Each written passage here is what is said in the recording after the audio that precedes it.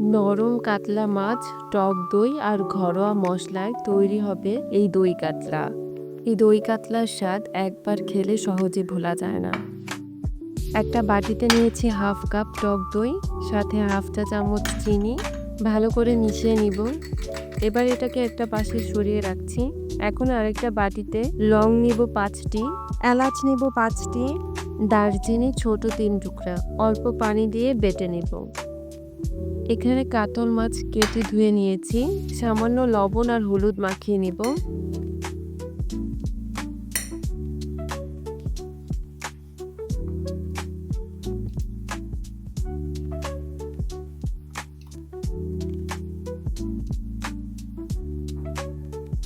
কড়াইতে তেল দিব 3 টেবিল চামচ। চুলার আঁচ বাড়িয়ে তেল গরম হলে মাছগুলো ভেজে নিব।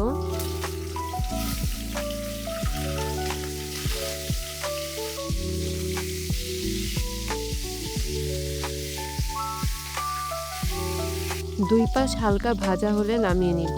কড়াইতে ঘি দিব 1 চামচ, পেঁয়াজ বাটা দিব হাফ কাপ। চুলার আঁচ মাঝারিতে রেখে পেঁয়াজটা হালকা ভেজে নেব।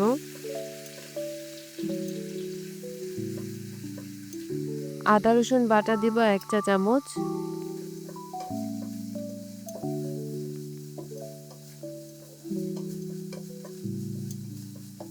কাঁচামরিচ বাটা দিব 1 চা চামচ।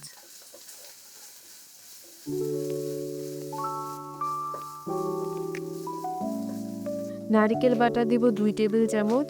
কাজু এবং চারমগজ বাটা দিব 2 টেবিল চামচ। এখন কিছুক্ষণ রান্না করব।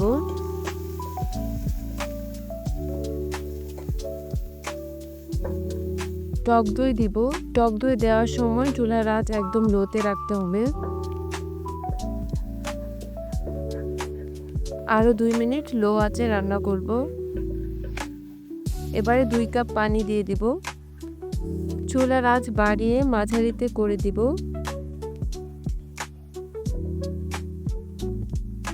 লবণ দিব স্বাদ মতো। এখন এই ঝোলটা 2 মিনিট রান্না করব। এবার ভাজা মাছগুলা দিয়ে দিব।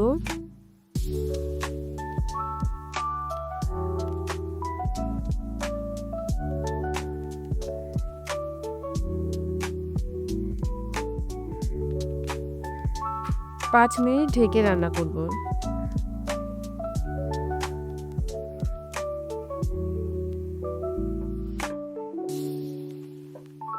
কাঁচামরিচ চিড়ে দিয়েছি 2টা,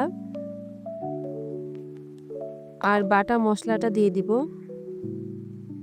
লো আঁচে রান্না করব আরো 5 মিনিট।